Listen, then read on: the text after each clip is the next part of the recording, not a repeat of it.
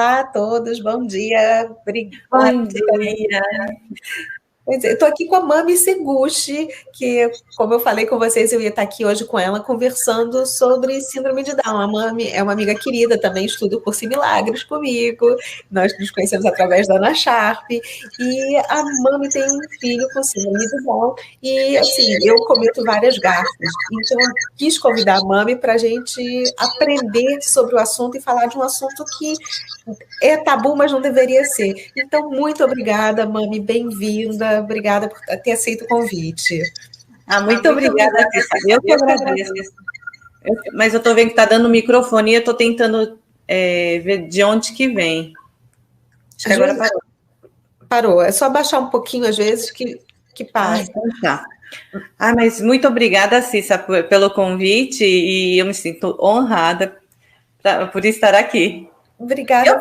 No começo eu fico nervosa, tá? É normal. Olha, se você visse os meus primeiros vídeos, além de eu estar nervosa, assim, eu pegava cobertura, eu ficava toda encolhida, morria de vergonha, era um fiasco, era um horror. A gente vai acostumando, vai melhorando. Então, Marcela está aqui, Marisa, Cleia, beijo para vocês. Então, Mami, uma das primeiras coisas até que eu queria tocar nesse assunto com você, para a gente já falar sobre isso e mudar o assunto, são as gafes que eu dou, porque ontem mesmo eu falei do crianças normais que não são normais. Então, é um termo que a gente acaba usando porque a gente não conhece os outros termos, e é muito feio, né? Eu acho que a gente pode aprender a terminologia correta, que é neurotípica. Eu acho que assim, né? Tem, lógico, né? Normal para anormal, a gente fica realmente constrangido. Até de falar, né? Que a hora que você falou, saiu, né? Você fala, putz, o que foi isso, né? Mas são termos que eu acho que de tempos em tempos ela vai mudando. Porque antes a pessoa achava depreciativa falar pessoa com deficiente. Então, passou a ser pessoas com necessidades especiais. Aí ficou aquela coisa de especial, especial, especial, quer dizer, aí voltou, agora o termo mais usado é pessoa com deficiência. Sim. Então, a pessoa deficiente, e tempos em tempos, ela vai mudando. Eu acho que, assim, é mais a escuta. Sim. Porque tem pessoas que ficam ofendidas, né, que nem a gente vê sobre os negros, que até então não era negros, tem que se falar pretos. E vai mudando e a gente fica realmente perdido. Sim, e até que no fim das contas normal ninguém é, né? Vamos combinar aqui. Então é bom a gente falar isso, porque se eu cometer essa gafe, me desculpe, me corrige, porque ainda está meio que enraizado. Porque e você também estava falando da deficiência, porque aqui nos Estados Unidos existe uma diferença entre uma pessoa com deficiência e uma pessoa... Porque eu passei por uma situação parecida, porque eu tenho dislexia e meu filho também tem dislexia. A dislexia do meu filho é um pouco mais severa que a minha. Então, aqui até descobri qual era o termo para usar, para procurar pelo apoio que ele precisava na escola, que é Learning Disability. É uma desabilidade no aprendizado. E aí, para deficiência, é outra palavra. Então, porque é complicado a gente navegar por esse mundo com alguém que não é neurotípico. Então eu tive que aprender também, eu tive que aprender na marra, assim como você. Mas a gente não aprende tudo, porque eu aprendi, como meu filho tem síndrome de Down, eu aprendi dentro do mundo, do universo Down, né? Sim. E a gente tem N. Aí depois eu fui descobrir que o Down também pode acumular. Aí é Down com autismo, Down com síndrome de West. E aí você vê que cada indivíduo, ele é único. É verdade. É verdade. Não é? E assim, uma coisa que eu sempre brinco, que eu sempre falo é que Down, e eu te falei isso por causa da minha filha, que eu aprendi, é que o Down tem um cromossomo a mais para a gente amar. Essa que é a grande diferença. É mais para o mar. Né? Sim. Eu acho que, assim, de todas as alterações cromossômicas, porque tem, né? Tem o do cromossomo 18, cada cromossomo, ele pode ter uma perninha a mais. No caso do Down, é o cromossomo de número 21, né? Então, aí tem a síndrome de Williams, tem a síndrome de... Só que eu acho que o Down é o que sobrevive melhor nessa condição, de todas as alterações. E eu acho que o maior impacto que eu descobri na gravidez. Sim. A síndrome de Down. Então, o maior impacto é você pegar o cariótipo e o resultado vem como aberrações cromossômicas. Nossa. Então, essa palavra aberração, ela dá, assim, uma conotação, eu acho, mais depreciativa do que informativa. E assusta muito, né? Porque na hora que você lê aberração, toma um choque. Dá um choque tremendo. E depois eu passei a perceber que são nomenclaturas que foram dadas da mesma forma que a gente fala, né? Pessoa com deficiência, ou deficiente. Antigamente era acho que até pior, né? O Down era chamado de mongoloide. Sim. Então, essas nomenclaturas acabam, é lógico, a pessoa que ainda não conseguiu digerir ou trabalhar esse lado, tudo machuca, né? É verdade. E a gente estava falando até, agora você tocou no assunto de que você descobriu durante a gravidez. Assim, ontem a gente estava conversando em off, eu estava te falando que tem países que fazem eugenia, que quando a mulher descobre que está com um bebê com síndrome de Down, elas vão lá e abortam, e às vezes até com incentivo do Estado, porque o Estado não quer aquela criança fazendo parte da estatística. Aqui nos Estados Unidos, no Planned Parenthood, que muita gente do outro lado defende, eles advogam ao aborto de crianças com síndrome de Down. Então, como foi para você receber esse diagnóstico durante a gravidez e absorver essa informação e falar, bom, é isso, vamos lá, porque meu filho eu amo, e acabou. Então, foi um processo, é aquilo que te falei, né? Primeiro eu recebi o cariótipo, aí você chega para consulta, que você está acostumado com um médico alegre, né? Aberto. Aí quando você chega, já te recepciona sério. Aí você fala, tem coisa. E aí ele me mostrou, né, o resultado, e aí eu desabei. Desabei, acho que por uma semana, todos os dias. E foi assim, uma coisa. Aí chega uma hora que cansa, né? A gente cansa de chorar. Aí eu fico, por que eu tô chorando? Aí vem os porquês. Por que eu tô chorando? Ah, porque eu tô me sentindo vitimizada, vai. Por que comigo? E eu comecei a me perguntar, por que eu queria um filho? Porque era o meu segundo casamento, meu marido não tinha um filho. Eu queria dar um filho a ele. O nosso filho, né? E para que seria esse filho? Para conviver com uma criança e ensinar, aprender a ensinar. Aí eu parei para pensar, falei, mas ele tem Down, mas ele vai passar por isso, ele vai trocar a fralda, ele vai escutar o choro, ele vai escutar as primeiras palavras. Tudo isso ele vai conseguir, mesmo ele tendo Down. Aí eu parei, assim, foi uma coisa, foi um estalo. Aí eu parei, tanto que na consulta seguinte a gente já foi com a família inteira. Eu fui com as minhas duas meninas e a gente foi com a família inteira porque elas queriam ver. E ele estava assim, numa posição muito linda, segurando os pezinhos, né?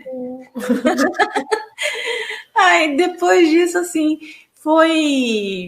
a gente foi se encantando. Apesar que pelo Google a gente fica arrasado. Tinha matérias que falavam que 100% dos Downs eram cardiopatas. E como a minha ignorância nesse assunto era enorme, a primeira pergunta que eu fiz com o médico no dia que eu recebi a consulta, eu perguntei, ele vai viver mais de 9 anos, ele vai chegar à vida adulta, né? Para mim, eu não via na rua. Sim. As pessoas normalmente escondem, tem isso. Então, assim, uma que eu não sou muito de sair, mas também não era de perceber, porque são crianças, né? Tá lá correndo, brincando, você não para ficar, não percebe as características para falar, ah, não, essa tem Down, essa é PC, essa é autista. São crianças, né? Então, quando a gente aprende, assim, conhece esse mundo e passa a identificar, você fala, nossa, existem, estão aí. É que a gente que não conhecia, né? É verdade. E hoje em dia, até, assim, acho que eu vou pular a cronologia um pouquinho, mas a gente Sim. volta.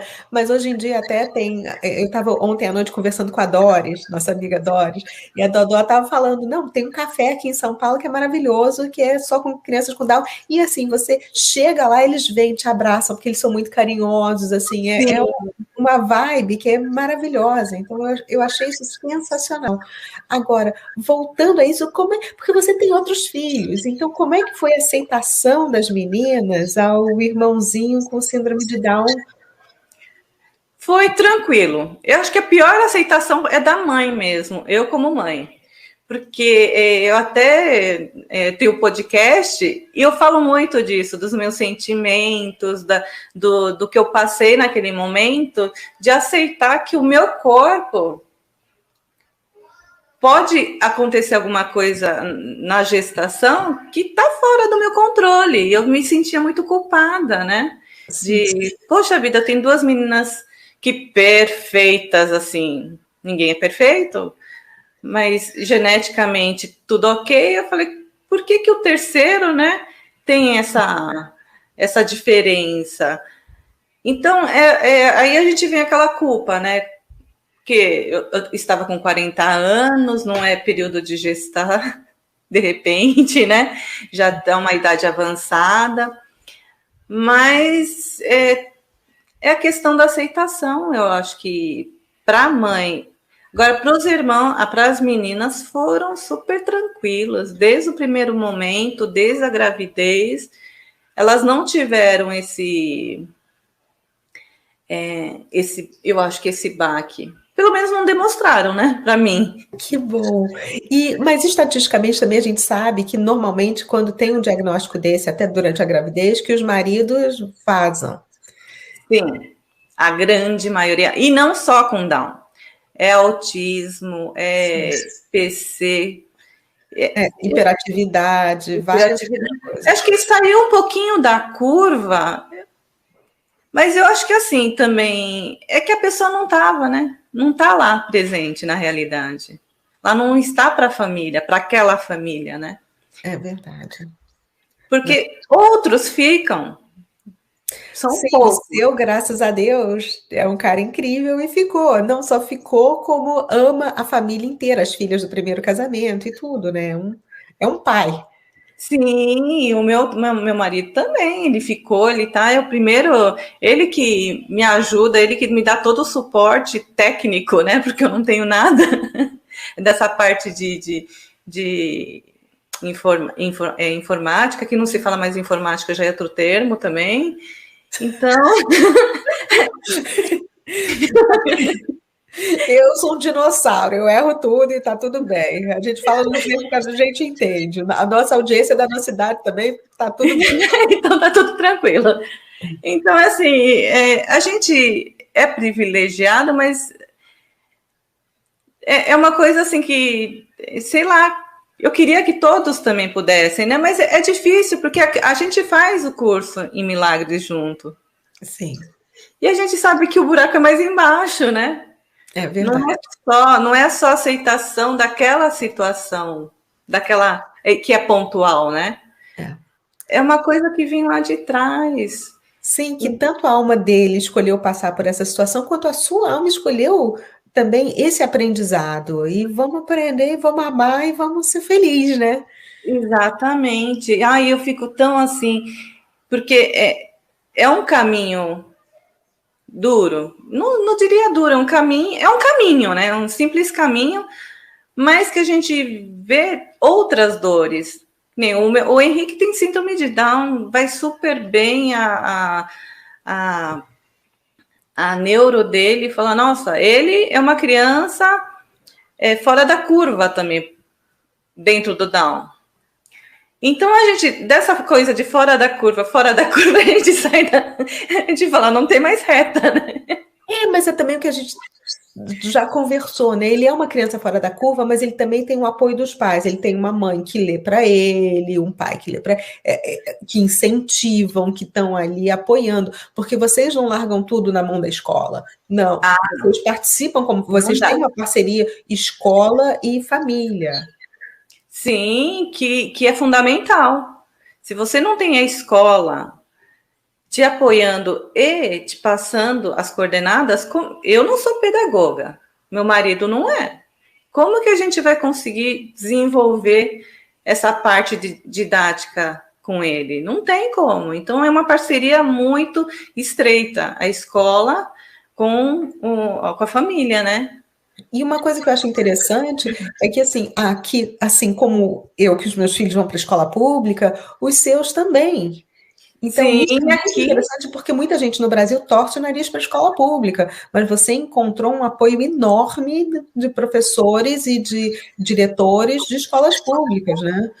E desde a creche, foi a creche, depois ele foi para o infantil, aí hoje ele está no ensino fundamental 1, e desde o primeiro momento ele foi abraçado. E isso que eu acho bacana, que as pessoas falam, não, imagina, não é porque ele tem síndrome de Down que ele tem que ficar em casa. Mas eu vejo pessoas que também passam por uma coisa assim, totalmente ao contrário do que eu passei, porque eu sempre, no caminho que a gente foi passando, porque o Henrique, ele nasceu, né, aquilo que eu estava falando, nasceu com síndrome de Down, e além disso, ele teve também o câncer, né, que foi diagnosticado aos 10 meses. E lá também, naquela época, eu estava sem convênio. Foi pelo SUS, Sistema Único de Saúde Público do Brasil. E foi uma coisa, assim, espetacular. Foram, assim, médicos maravilhosos. Aí você fala assim, no público é tudo porcaria. Não, não funciona, não. Eu não sei de que jeito, de que forma. É isso que eu falo pro meu marido. Eu acho que o Henrique tem uma legião de anjos da guarda, porque todos eles, enfermeiras, eu passei com ele na UBS, com a pediatra, ele estava com um inchaço na virilha, que a gente fala assim, vai acompanhando. Até chegou um momento que eu falei, não, tá muito inchado. Aí ela falou para mim, eu não vou pedir ultrassom pela UBS, porque vai demorar. Então, você vai para o pronto-socorro central. Lá, como é uma coisa atípica, eles vão pedir ultrassom na hora. E foi dessa forma, foi ela. E ela me orientou, olha, você leva a mala e cuia, leva almoço, leva janta, leva água, suco, tudo que você puder, faz a mala e vai para passar o dia. E eu fiz isso. Foi final de ano. E depois do ultrassom, lá no PS mesmo, me orientaram a ir direto para o Hospital Anchieta, onde tem urologistas. E lá, era uma sexta-feira antes do Natal. E o Natal ia ser na terça, e o Ano Novo na outra terça. Eu cheguei lá com o Henrique no colo, desesperada depois do PS, né? E com um encaminhamento em mãos. A enfermeira, eu cheguei no balcão, o pessoal falou, fala com a enfermeira-chefe. E já tinha, acho que era horário de almoço, não tinha nem médico lá. Ela olhou, naquele momento ela falou assim, calma que eu vou dar um jeito, espera um pouquinho. E aí depois ela veio para mim e falou assim, olha, mãezinha, não tem urologista pediátrico hoje, ele vem de terça-feira, só que a próxima terça é Natal. A outra terça é Ano Novo. Então, ele vem na outra terça-feira. Só que para você não ficar em casa, assim, sem fazer nada, assim, a gente pode agilizar. Aí, um urologista de adulto olhou aquele ultrassom e pediu todos os exames. Que de lá eu já corri, na semana seguinte, nos dias úteis, eu levei ele para fazer todos os exames que ele pediu. E quando eu cheguei na primeira consulta, eu já estava com todos os exames prontos, na mão. Perfeito. E onde, né, que a gente conhece pela TV, o SUS funciona dessa forma. É verdade. Não é? São anjos que... Nossa, todos. E depois, assim, e mesmo a cirurgia foi marcada uma semana seguinte. A consulta foi na terça, falou, próxima terça, você já vem 6 horas da manhã, já interna, e a gente já faz a cirurgia, e no mesmo dia tem alta. Então, foi uma coisa, assim, muito rápida. E uma gratidão enorme para todos os profissionais da área de saúde, principalmente para quem trabalha na rede pública, né? Sim, porque você até estava me contando que o cirurgião que fez a cirurgia é um dos tops de cirurgia urológica e que estava trabalhando para o SUS e fez a cirurgia do Henrique, que foi um sucesso. Nossa, e assim, né? Ele é professor de faculdade. A gente achava assim, falar, não, vamos pegar a minha cunhada, né? Vamos pegar uma segunda opinião, porque né, imagina, vai fazer cirurgia dessa forma. E quando a gente foi pegar a segunda opinião, falou, quem que é o médico? É o doutor Fábio. Nossa, ele é maravilhoso. Ele é professor de faculdade, dessa cadeira ainda. Ele é especialista. Vocês estão, assim, em ótimas mãos.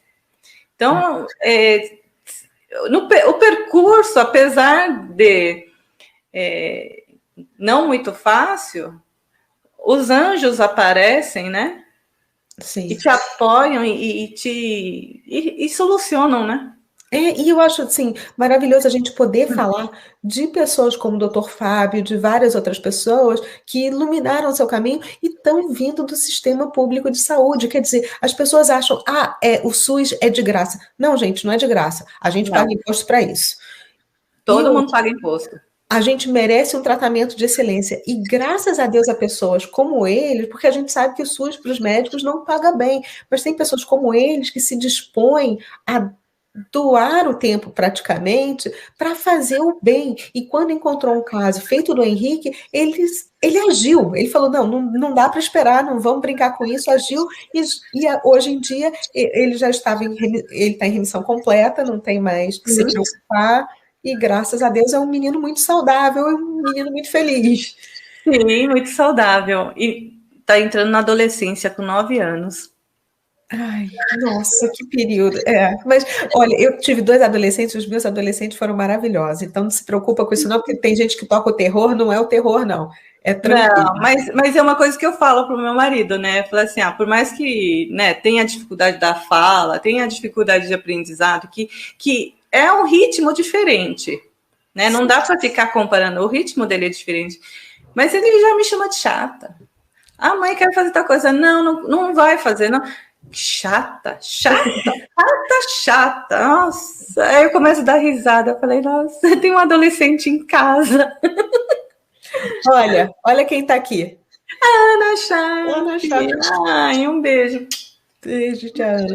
Então, porque uma outra coisa que você estava falando comigo, que a gente estava conversando em off, são as diferenças no desenvolvimento, porque Sim. Uma criança neurotípica começa a andar com 9 meses, mais ou menos, um ano, e com Down é mais tarde. E aí tem o negócio das fraldas, tem todo a fala, que é mais atrasada. E o problema da fala eu conheço bem, porque como meu filho tem dislexia, ele começou a falar muito mais tarde do que as outras crianças. Então, isso foi também um sinal vermelho. E eu custei a descobrir os médicos certos para me ajudarem a falarem, não, realmente, isso não é uma coisa, no caso dele, não é uma coisa normal, a gente precisa dar uma investigada, porque a maioria dos médicos não, sabe, vai empurrando com a barriga, vai...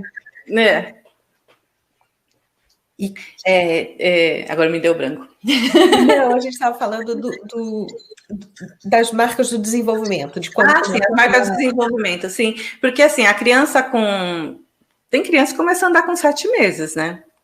Que, nossa, eu falo assim, é de outro mundo, né? Mas a média é 1 ano e 3, 1 ano e 4. E os Downs começam a andar com 3 anos. Aí a gente fica pensando naquela mãe que ficou sozinha, né? E o pai manda uma pensão, não dá o auxílio, né, necessário e nem apoio, né? E acha que o crescimento é normal, mas, gente, não é igual. A fisioterapeuta me explicou uma vez que a criança, para sair da fralda, ela tem que pular com as 2 pernas, saber pular, porque é quando ela passa a controlar o esfíncter dela. Antes disso, é muito precoce, pode dar problemas neurológicos ou psicológicos lá na frente. Então, ela tem que o corpo dela tem que estar preparado. Então, a criança com Down, que a maioria começa a andar com 3 anos, vai sair da fralda com quanto? Sim.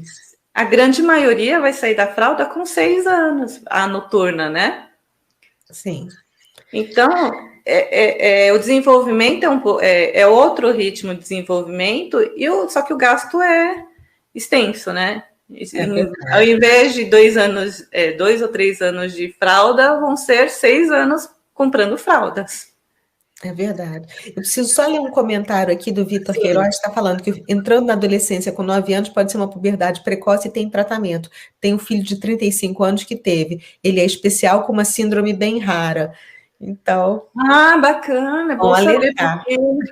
É um alerta, porque na realidade o Henrique ele precisou ele nasceu com uma má formação, que é uma hipospádia, que é uma deformação na uretra. Então ele não tinha uretra até a ponta. Então teve que fazer a cirurgia para fazer a construção do canal da uretra, e depois teve que refazer também porque não deu muito certo a primeira vez. E também tem aquela coisa dele ter tirado o testículo, né, onde era o câncer. É porque aí afeta também toda a parte hormonal, né? Hormonal. Então, assim, a gente investiga tudo isso, mas o Down, a síndrome de Down, ela traz também um envelhecimento precoce. Então, pode ser também que adiante a adolescência, tanto que os dentes, acho que começou a nascer com 8 meses, ele já tinha o primeiro dente. Nossa! É muito... Nossa, com 9 anos, ele já trocou, eu acho que 10 ou 12 dentes. Nossa, é muito... Muito. Teve um dia que eu fiquei assustada, foram 2 dentes, um do lado do outro.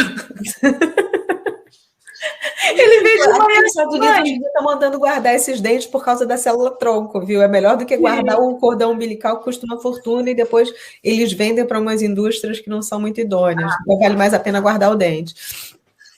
Então, mas assim, a gente fica perdida, e a resposta é aquela, né? Bom, é diferente, então vamos para frente, né?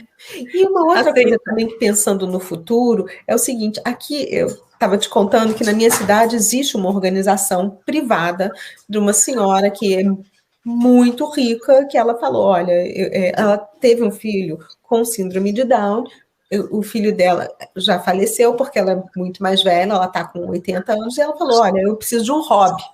O que eu vou fazer de hobby? Montou uma organização que se chama Habilis. Então, eles têm carros, eles transportam as crianças para a escola, levam para o parque, levam para a praia, para o shopping, para fazer várias atividades, e tudo isso a custo zero para a família, lógico, e com voluntários da cidade, principalmente as pessoas que vão, as crianças que vão para o high school, que ainda é o 3º grau, sei lá, já não sei mais como é que fala aí, mas ainda estão na escola, estão terminando a escola. Ah, que bacana. E é muito legal, porque tem essa interação e todo mundo aprende com todo mundo. Mas existe a preocupação dela também com a independência deles, para preparar para o trabalho. E agora, eu até te falei, porque teve um fundraiser aqui na cidade, porque eles compraram um apartamento para os meninos que agora já estão trabalhando, viverem de forma independente. E esse ano, o fundraiser, a arrecadação de fundos vai ser para comprar um apartamento para as meninas, porque para elas poderem ter uma vida independente também. Então, esse apartamento são 2 quartos, em um ficam 2 meninos, em outro ficam os outros 2, e eles têm a cozinha, tem tudo, e eles vivem de forma independente, e essa organização paga condomínio, IPTU, água, gás, paga isso tudo, e eles trabalham, mas eles também precisam ter o dinheirinho deles. Então, por isso que tem essa ajuda. E essa capacitação profissional também é uma coisa que é muito interessante, porque eles veem a habilidade deles e o que eles querem fazer. E aí, dentro disso, eles direcionam. Não é uma coisa, não, você só pode ser empacotador do supermercado. Não é Sim. isso. Isso é porque eles têm uma capacidade muito maior do que isso. E como é que funciona isso aí no Brasil em termos de uma vida independente, uma capacidade profissional? Uma capacidade... Então, assim, eu acho que assim, existe aquele projeto que você falou que tem um café dos chefes especiais, né?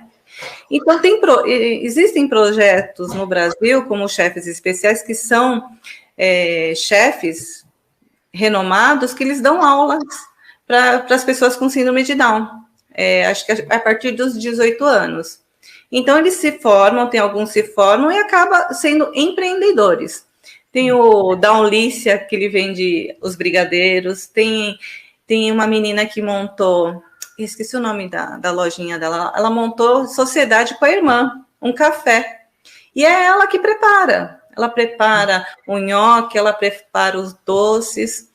Então, eu acho que está tendo um pouco mais de acesso e sensibilidade para os projetos, mas eu não vejo em todas as cidades, em todos os lugares, né? Tá. Eu acho, e também tem a família, né? Que tem famílias, no Brasil tem o LOAS, que é a lei orgânica do INSS para as pessoas que de baixa renda, porque aí a família, por exemplo, a criança nasce com síndrome de Down, a mãe tem que deixar o trabalho para poder cuidar, e o marido está desempregado, ele pode requerer o LOAS, que é um salário mínimo. Legal. Aí, com esse salário mínimo, enquanto estiver desempregado, né? Perfeito. A mãe pode focar na criança, que o salário mínimo no Brasil, você sabe, né? É muito baixo, mas ajuda, mas né? Ajuda, né? Não, já ajuda, né? Porque se você paga o aluguel, paga uma conta aqui, uma ali, né? Já fica meio apertadinho, mas melhor do que não ter nada, né? Sim, é verdade. Senão aí você não consegue dar esse apoio para o seu filho. É verdade. E é um apoio numa idade, principalmente, que é o que você falou, muitos nascem com cardiopatia. Então, principalmente na primeira infância, você tem que estar ali do lado. Precisa estar do lado. Observando e ajudando. E é uma época também que você precisa estimular essa criança. Porque se você não estimular, se você esconder, se você deixá-la sem aprender absolutamente nada, a hora que ela entrar na escola, não vai conseguir acompanhar o que está acontecendo. E são crianças inteligentes, é isso que muita gente, às vezes, acha que não, mas são crianças muito inteligentes. São crianças. Aliás, assim, todos nós temos habilidades, eles também. Então, são habilidades específicas que devem ser desenvolvidas. Então, no primeiro momento, vai se desenvolver o básico, né? Que é falar, ler, escrever, e algumas crianças não vão passar por isso também, porque eu conheci um pai, um engenheiro chamado Clóvis, ele até escreveu um livro sobre a eficiência na deficiência. E o filho dele, ele a gente conversando, ele falou, ele tem 30 e poucos anos, eu acho que a última vez que a gente se falou tinha 33 anos, só que a idade mental dele é de 4. E que eu saiba, ele é só síndrome de Down. Então, se ele não conseguiu se desenvolver neurologicamente, com 4 anos, uma criança não está pronta para aprender a ler, nem a escrever, nem fazer conta. Então, ele vai, de acordo com a idade dele, brincar as brincadeiras que ele entende, né? Porque com 4 anos não adianta fazer jogos, né, complexos, com números e cálculos e com letras, né? Porque nessa idade está na época de desenvolver a capacidade psicomotora, desenhar, pintar, explorar outras coisas. Então é um universo assim que também não dá para generalizar, né? Falar todo mundo vai ter uma vida produtiva, mas uma grande parcela pode ter uma vida produtiva. E é uma coisa muito boa, porque você vê seu irmão indo trabalhar, né? E você também trabalhar e ganhar o seu dinheiro. O irmão vai falar assim: não, eu vou guardar o meu dinheiro para fazer uma viagem, sei lá, para a Europa. Sim. Né? A pessoa também consegue se programar e ter um objetivo de vida.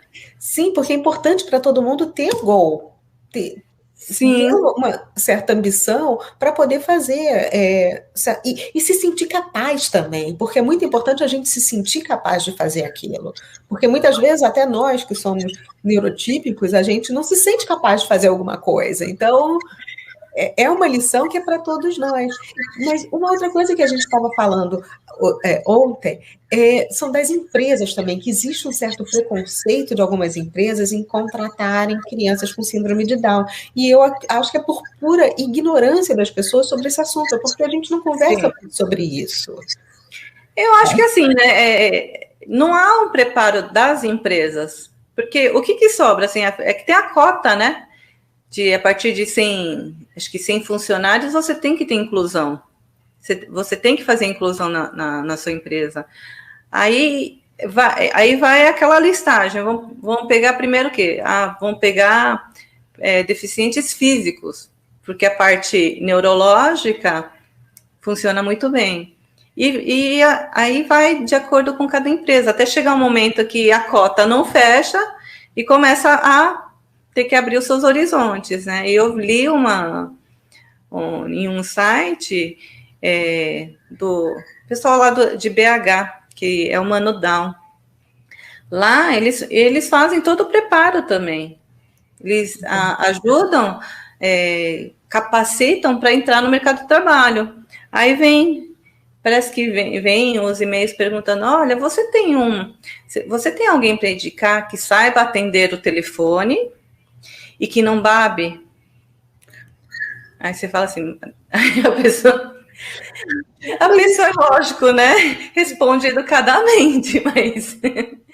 Mas muitas vezes é por ignorância, não é por maldade. Porque até eu nunca tive uma conversa franca tenho com você, com nenhuma outra mãe de pessoas com síndrome de Down, porque a gente, ou algumas outras síndromes, porque a gente fica meio cheio de dedos, a gente fica meio... A gente fica constrangida, outra pessoa vai se sentir, eu estou ofendendo, eu não estou ofendendo, ela vai achar que eu sou só uma curiosa, mas não, na verdade, essa curiosidade é uma vontade de aprender. Sim. Então, acho que são os dois lados. Eu acho que um lado também não está preparado para falar, porque ainda falta aceitação, porque essa aceitação vem com o tempo. Não é uma coisa assim, eu aceitei meu filho. Eu aceitei meu filho, lógico que eu aceitei meu filho. Mas e toda a carga que ele veio, foi aceito 100%? Eu não sei quando que esse 100% chega, porque acho que não existe assim, aceitação de 100%, porque filhos, nem fala, a gente cria para o mundo. E chega uma certa idade, eles têm as vontades deles que a gente não concorda. É verdade. Ele sendo neurotípico ou não. Sim, é verdade. Minha filha, eu tenho a primeira filha é nerd, é estudiosa, então não me dá trabalho, mas a segunda, ela gosta de tatuagem, e ela fala, mãe, eu quero fazer tatuagem. Eu falo, não. E para uma japonesa, isso é um horror, porque no Japão tem um estigma da yakuza, essas coisas todas. Sim, né? E assim, eu não gosto de tatuagem, eu até hoje, né, eu posso mudar de ideia amanhã, a gente é mutável, mas assim, para mim eu não gosto, é uma coisa que vai ficar lá e se eu me arrepender amanhã não tem como tirar, e vai custar muito mais caro tirar, e não vai ser a mesma coisa.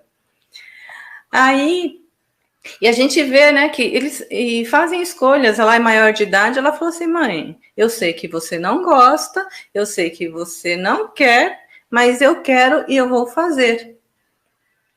Não faz escondido também. Então, isso é um respeito para comigo, mas o mais legal é que ela se respeita.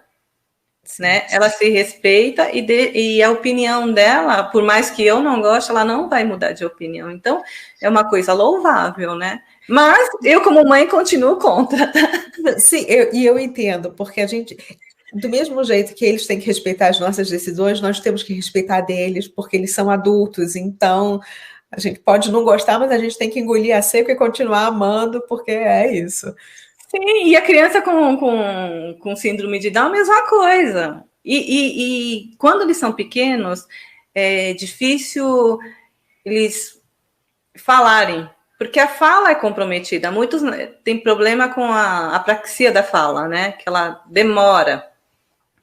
Então, como que a criança que não consegue formar uma frase, ela vai falar assim, não, isso eu não quero?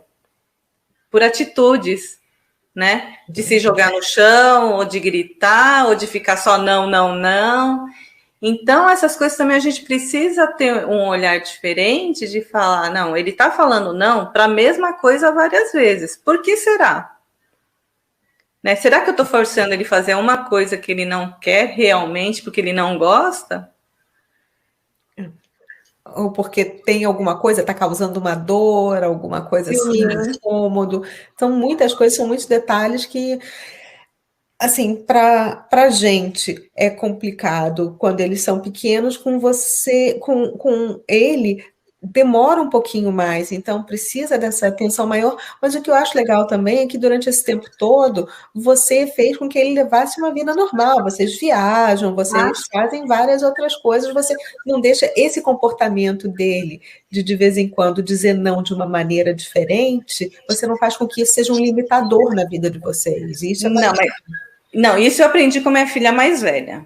Tem até até fazer uma propaganda no meu podcast, no Mamitopia Podcast, tem um episódio que eu falo da Denise, que eu acho que é o episódio retrasado. Ela falou assim, é que a Denise, ela sempre, eu te falei, nerd, estudiosa, tal. A segunda, também o apelido dado pela Denise, é uma criança feliz. A professora está dando matéria, ela é uma criança feliz, ela está brincando. E sempre foi, desde pequenininha, você falar, vamos fazer lição? Mãe, não quero, não preciso, e não sei o quê. E tem muito argumento, aí, e chega um momento que eu falo, tá bom, então estudar é um sofrimento para essa menina, então deixa a primeira estuda, e a segunda vai ser feliz. Como a gente falava, uma criança feliz, deixa ser feliz.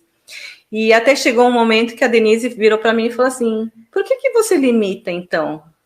Você limita a Dani. Eu falei, não é que eu limito, é que se ela não gosta de estudar, por que eu vou falar, vai fazer medicina? Ela não gosta de estudar? Ela falou assim, mãe, mas ela não sabe, criança, ela não vai decidir se ela quer medicina ou não. Isso aí deixa ela decidir lá na frente. Aí depois dessas conversas assim, que eu tive com a mais velha, e o Henrique veio, aí eu percebi isso também. Eu falei assim, então não posso. Ele é uma criança que tem capacidade como todas as outras. Então teve uma excursão que a gente foi pelas prefeituras. Acho que a prefeitura de Bertioga, em conjunto com as outras prefeituras, saiu ônibus. Então, era um deficiente com um familiar, com um acompanhante. A gente foi para Bertioga passar o dia na praia, um evento, né? E o Henrique, a Miriam, que é professora, que foi professora dele do apoio, ela desceu também. Ela estava, acho que lá por baixo, ela deu uma passada. E a gente ficava conversando e ficava, Henrique, volta para cá, tá muito fundo. Ele voltava. Aí ele ia, brincava. Aí ela ficava assim, mami, você não tem medo? Eu falei, mar aberto, mas tem que ficar de olho, né? Mas também eu não posso deixar ele colado comigo, porque eu tô conversando com uma amiga, não é? Sim. Ele tá lá para se divertir, e eu estou lá para ficar de olho nele e me divertir também. Sim. Então, a gente meio que tem que dar liberdade para a criança experimentar, e conhecer seus limites também, né? Porque chega um momento que está muito fundo, a onda vem e leva. Sim. vai levar um susto e depois aprende que não é para ir tão fundo ou aprende a nadar, né? É verdade. E como diz a nossa querida Ana Sharp, a gente Sim. precisa errar para aprender. Sem errar, a gente não vai aprender nada. Nunca. Então, A Ana Sharp é muito. Nossa, ela é a minha guru, ela é minha professora. ela não gosta dessa palavra, não. Quando eu tô meio para baixo, assim, que eu preciso de alguma orientação, eu entro no curso em Milagres, aí ela abre, ela fala, nossa, caiu isso hoje, por que será? Eu falei, é para mim. Não, realmente, ela é maravilhosa. O curso é uma coisa espetacular, que muda a nossa vida. E quem começou não para mais, né? É verdade, é verdade. Sim, a gente já está lá há tempos, né? Eu entrei foi no começo do ano, é lógico, eu não consigo toda semana estar presente, mas quando eu preciso, eu entro e a resposta vem. Vem muito rápida, vem num tapa de pelica, numa luva de pelica. É verdade. E uma outra coisa que eu queria falar, que a gente conversou também, é que você falou dessa excursão da praia, mas você também já viajou e você até fala de uma lei que existe. Sim. Então, foi 2000 por ano, vai fazer 3 anos. Meu pai foi diagnosticado com câncer no pâncreas.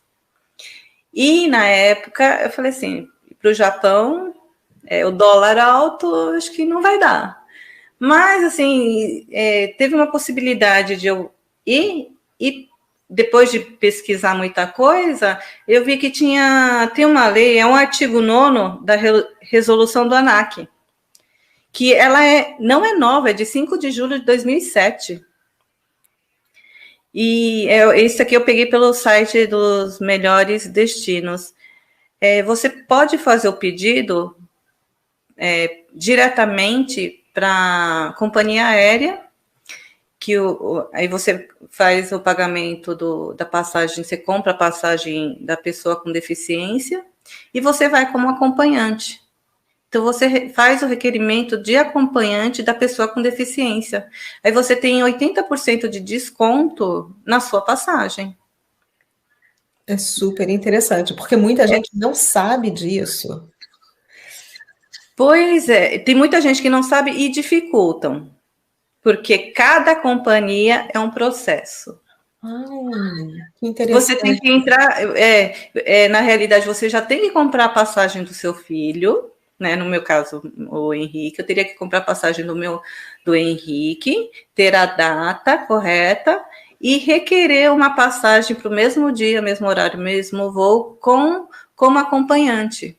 E isso vai para um processo, e muitas vezes dá tempo, outras não, e vira um rolo só. E cada empresa, você tem que entrar em cada empresa, é um formulário diferente, é um processo diferente. Eu fui uma vez, e no caso eu acabei fazendo por uma agência de turismo, né? Porque dessa forma não dá para ser via online. Sem condições. Precisa de um agente.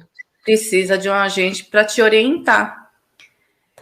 Olha, dá trabalho, mas vale muito a pena. E essa parte que você paga suas taxas, mais os 20%, é à vista. Né? Eles vão te ligar, vão falar assim, olha, nesse momento, foi liberado, eles ligam e falam, olha, seu pedido foi liberado, eu preciso que você faça o depósito em até 4 horas. Assim, você tem que estar preparada. Tá. Você tem que estar preparada para fazer a efetivação do pagamento, mas é uma coisa muito boa. E tem um formulário que é o FREMEC, que depois que você faz o requerimento desse formulário, é como se você tivesse uma carteirinha de pessoas que acabam voando bastante, fazendo muita ponte aérea por conta do trabalho, e tem deficiência, ela pode requerer esse FREMEC, né? E acaba facilitando, que acaba agilizando, que é tipo um aval, né? É uma pessoa que já voa constantemente e já tem esse processo. Muito interessante isso. E uma outra coisa que eu também achei muito interessante que a gente conversou ontem é até o transporte escolar, Porque muita gente não sabe que algumas cidades, não são todas, mas algumas cidades têm um transporte escolar especial para crianças com deficiência. Sim, no caso, assim, a gente mora em São Bernardo do Campo. Aqui, a Secretaria de Educação disponibiliza para criança que tem deficiência o transporte escolar. Mas, assim, tem que estar... Tem as regras. Você não escolhe a escola, de acordo com o seu endereço, a criança vai ter que estudar numa escola daquela região. Então, assim, aquela coisa assim de falar, eu não gosto dessa escola porque ela não me dá boas lembranças, eu estudei aqui, apanhei aqui, sei lá, não quero que meu filho estude aqui, então eu vou para outro bairro. Aí a prefeitura já não cobre, né? Tá. Mas é a questão, eu acho que tudo isso, a gente acaba entrando nas políticas públicas, né, municipais. Os pais precisam buscar as assistentes sociais da cidade, que seja num CRAS, que seja numa UBS, porque elas são a ponte, né, de você e seu filho conseguir requerer, inclusive, autorização para viagem. Perfeito. E tem muitas assistentes sociais ótimas, excelentes. Maravilhosas. No nosso grupo de estudos do SEM, nós temos algumas que são maravilhosas e estão dispostas a ajudar. Então, acho que às vezes cabe aos pais também falarem, bom, quem eu procuro, quem eu busco para me ajudar? E serem direcionados à pessoa certa, porque assim como os médicos que foram anjos, tem assistentes sociais também que são anjos. E a família é onde começa tudo, é a partir dali que nós temos que partir em busca desse conhecimento, né? E assim, continuando, né, na questão da passagem, tem a passagem dos ônibus municipais, que também dão direito ao deficiente mais acompanhante, acho que dependendo da deficiência, né? E tem o cartão intermunicipal, e também tem o cartão que acho que é chamado de passe livre, a passagem interestadual, que entra até passagem aérea. Legal. E, gente, isso tudo é custeado pelos nossos impostos, nada é de graça não, viu? É tudo custeado por imposto. Inclusive, o passe livre que é interestadual, você tem que comprovar baixa renda. Mas na questão, acho que do municipal e intermunicipal, a passagem, eu acho que não entra renda. Maravilha.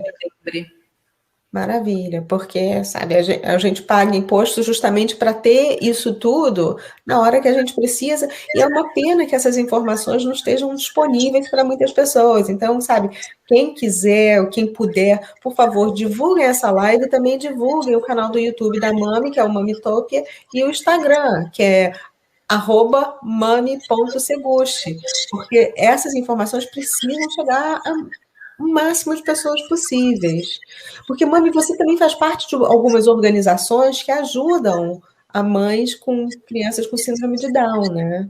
Então, em São Bernardo faço parte de um grupo no WhatsApp, que é a Elaine, que me convidou, Elaine Batista, de políticas públicas.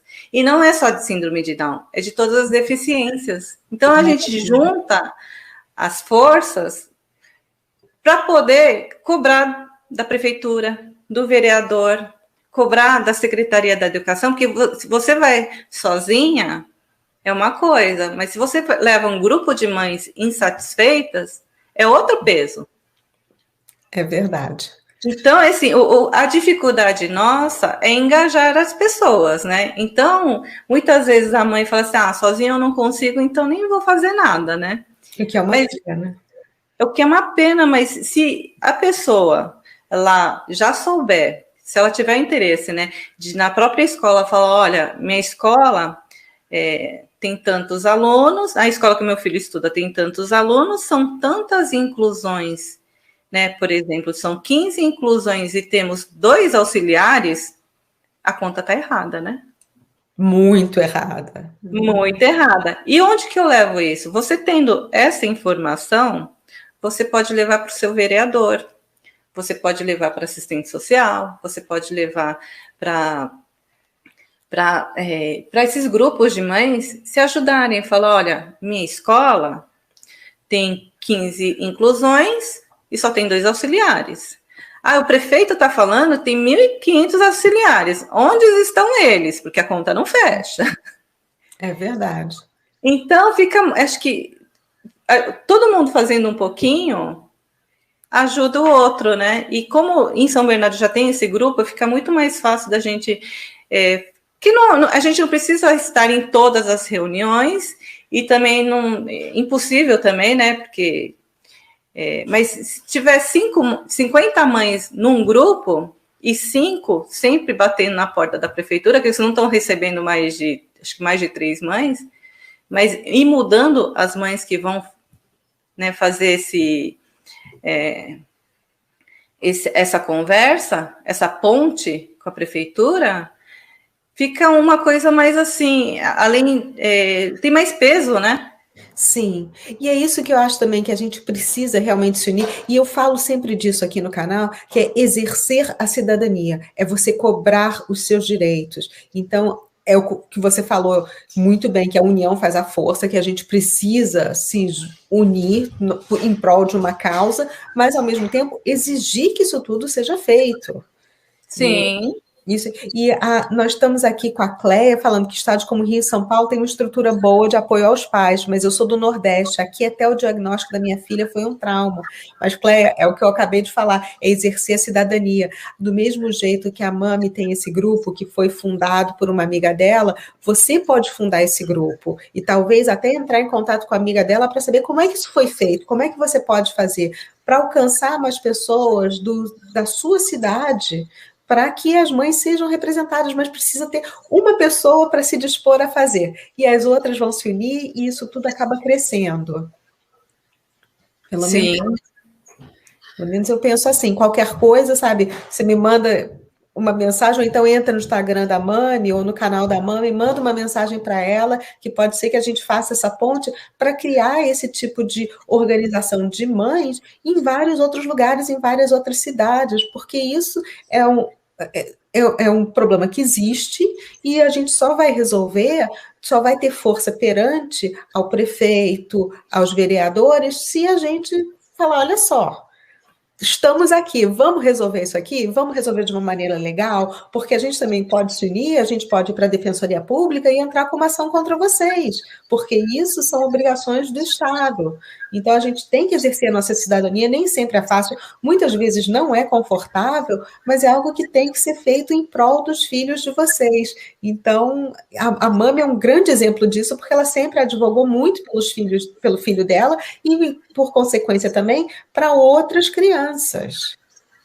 E eu acho muito interessante, porque a caminhada é longa, gente. Não é curta, e cada administração que vai se mudando é um novo recomeço. Né? Muda a administração, muda toda a equipe, muda todo... É um novo recomeço. Mas a gente não pode desistir. E é uma coisa bacana que, por mais que a gente parece que está patinando, no grupo, hoje em dia, a gente tem defensor público. Que massa! Então, quanto mais pessoas começarem a se conhecer, começarem a ter essa conexão, né? De repente, o defensor público não tem nem ciência do problema que tem cada escola. Sim. Ele não sabe por onde começar. Então, se a gente leva essa informação, ele vai te orientar. Como a gente vai fazer? Olha, eu sou defensor, mas eu sou defensor de outra área, vai falar com tal pessoa. Então, você vai... É uma caminhada, é uma jornada, mas você, em algum momento, você vai aumentar esse grupo, né, para conseguir também pleitear algo melhor. E é o que a gente acredita também, né, Mami? Por isso que a gente estuda o livro do Curso em Milagres. A luz atrai a luz, o bem atrai o bem. Então, quando você começa a fazer o bem, quando você começa a lutar por uma causa, as pessoas certas aparecem, elas vêm. Elas surgem, né? Exatamente.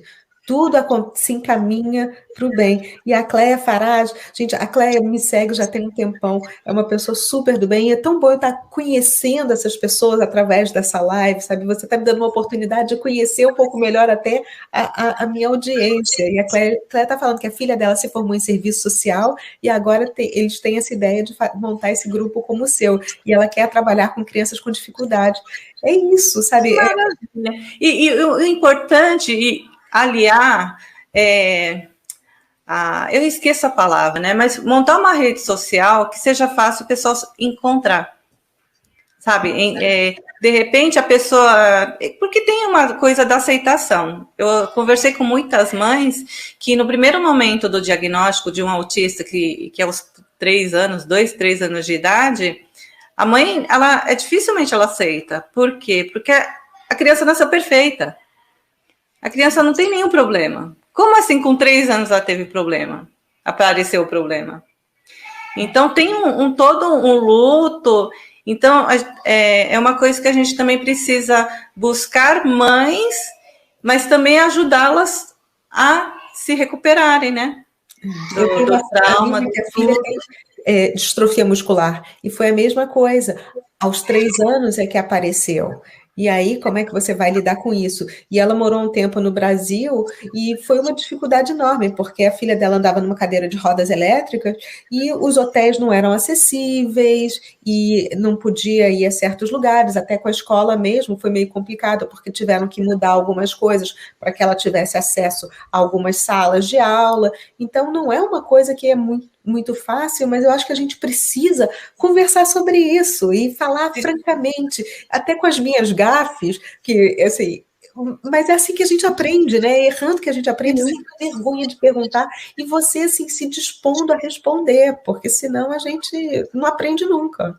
Não, mas a gente está aprendendo, a todo momento a gente está aprendendo. Eu conheço um pouco da síndrome de Down, mas tem outras. Né, eu tenho amigas que a filha não tem diagnóstico fechado. É deficiência cognitiva. Mas por que veio a deficiência cognitiva? Ninguém sabe. Então, assim, a mãe se sente um pouco perdida, porque ela fala assim, se eu soubesse que minha filha tinha síndrome de Down, tem um protocolo a ser seguido. Sim. Com meu filho, com o diagnóstico dele de dislexia, porque na minha época eu tinha dislexia, eu dei a sorte porque eu tinha um neurologista.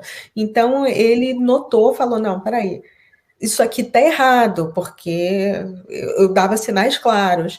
Mas com meu filho foi um pouco mais complicado, até descobrir com a escola e tudo, e encontrar as pessoas certas. E nós fizemos tantas intervenções com ele quando ele era pequeno, que quando ele precisou fazer o teste para a faculdade, para ter as acomodações que ele tem, porque ele pode ter livro por áudio em vez de ser livro escrito, por causa da dificuldade, tem algumas acomodações que ele tem, e mais tempo para teste, são praticamente só esses 2.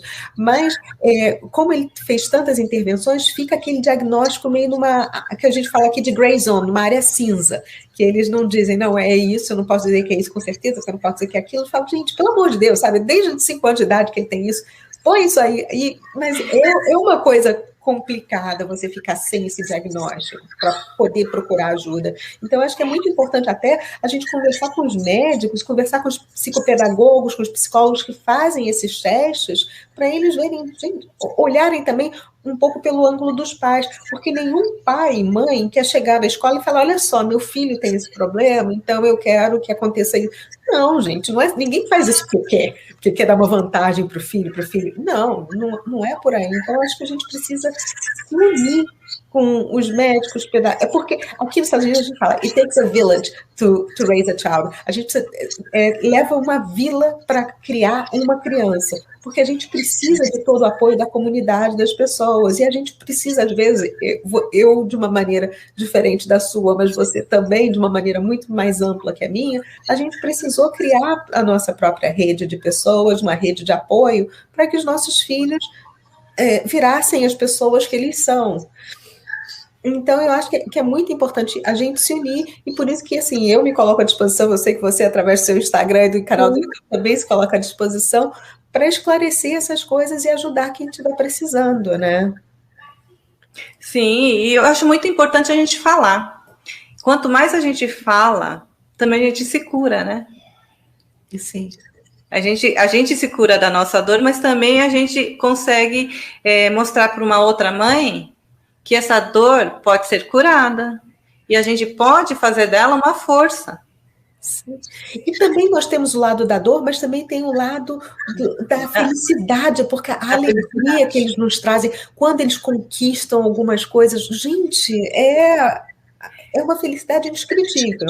Sim, totalmente, porque na realidade a gente não cria expectativas, né? Porque você sabe como, eu até falo no podcast, você sabe como mãe é, a gente viaja, a gente tá grávida, já tá imaginando a criança na faculdade, né? Então, essa coisa assim de trazer tudo isso e falar, seu filho também tem possibilidade, é a questão de encontrar o caminho certo, o melhor caminho para ele. Aquilo que eu falo, tem crianças que não, tem pessoas com deficiências que não vão aprender a ler e a escrever, mas serão marceneiros maravilhosos. Músicos, atletas, tem tantas outras possibilidades, artistas, tem tantas outras possibilidades que a gente não precisa colocar as pessoas numa caixinha para se porque a sociedade manda fazer aquilo. Pode ser um maravilhoso eletricista, vai entender de amperes, umas coisas assim que a gente não entende. É uma coisa muito específica, né? Exato. Ele não gosta de ler um livro de literatura, mas gosta de matemática e física e deslancha lá naquele mundo.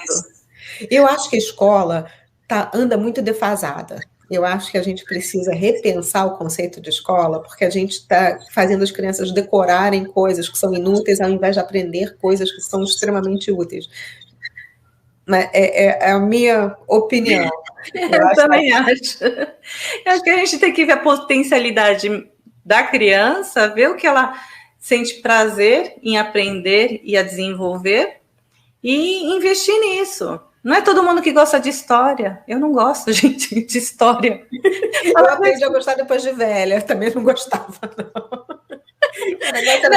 Biologia. Nossa, na quinta série, eu falava de história. Eu falei, para que eu tenho que saber quem foi Dom Pedro I? A gente faz decoreba, né? Faz a matéria decoreba, mas em compensação eu vejo amigos que falam de histórias e a gente se encanta pela história, pelo olhar dele, não pelo meu. É verdade. Então, mas tudo tem um tempo, né? Como tudo na vida. Como tudo na vida. E é engraçado que aqui onde eu moro, a gente tem as estações do ano bem definidas. E agora a gente está na primavera, depois do inverno muito longo. Então, semana passada, as árvores começaram a florescer. E você vê que, como as pessoas, cada árvore tem seu tempo. Uma começou semana passada, a outra começou essa semana, as outras ainda estão dormentes, ainda precisam acordar. Tem sempre aquela lá que começou já tem um mês, porque foi bem... Então, é isso, e isso é a vida, e é tão lindo ser assim. Sim. A gente tem que parar, observar a natureza, e a gente aprende tanto, e até como... Eu acho que assim, a gente aprendeu, é como a Ana fala, né? A gente aprendeu que existe o quadrado. E a gente não pode sair do quadrado. Né? A gente aprendeu que a gente é uma boa pessoa se a gente tiver boas notas. Sim. Né? Eu vi um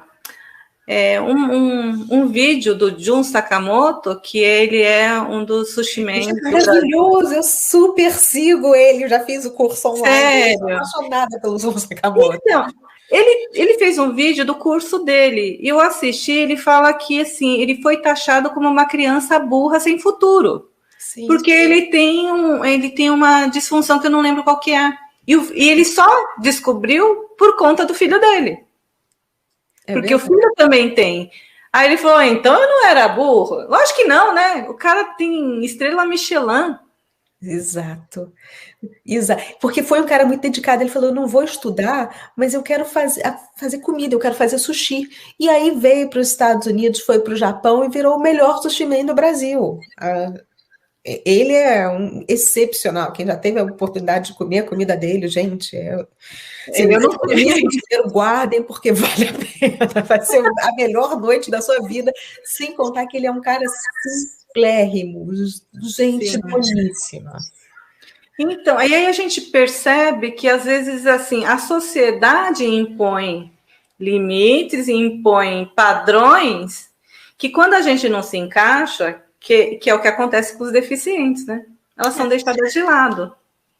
Mas né? é um tipo de coisa com o Jun, ele poderia ter sido, por exemplo, um físico medíocre ou um advogado medíocre, e porque não se encaixava, virou o melhor sushi man do Brasil. Olha Porque que ele maravilha. dá o melhor dele, né? Exato. E é o que você falou no começo, a gente tem que descobrir os nossos talentos, as nossas aptidões, que não são a dos outros. Não, não são. E as crianças com deficiência, todas elas têm alguma aptidão. Tem, e elas vão viver uma vida com o potencial todo delas, pode ser muito bem aproveitado, desde que com pais e mães que estejam ali do lado para dar o amparo, porque chega uma hora, é o que você falou também da praia, né? Que você tem que ficar do lado dele, mas não pode ser. Eu sempre falo para os meus filhos, chegou uma idade que eu não posso mais ser aquela mãe que pega eles no colo e leva para tudo quanto é canto. Eu virei uma mãe que eu sou a rede de proteção. Eu dou asa para eles voarem no trapézio deles, mas se eles caírem, eu tô ali. Mas eles têm que voar. Maravilhoso, né? E eu acho que é eu lembrei de um episódio que toda vez que eu conto me emociono, mas eu gosto de contar. Eu estava na PAI com o Henrique, ele tinha acho que 1 ano e pouco ainda, e a fisioterapeuta me contou. Ela trabalhava em uma outra entidade, como fisioterapeuta também. E um garoto, acho que de uns 10 anos, ele tem PC, paralisia cerebral, né? Cadeira de rodas, não fala, não anda, né? Então, vive na cadeira de rodas mesmo.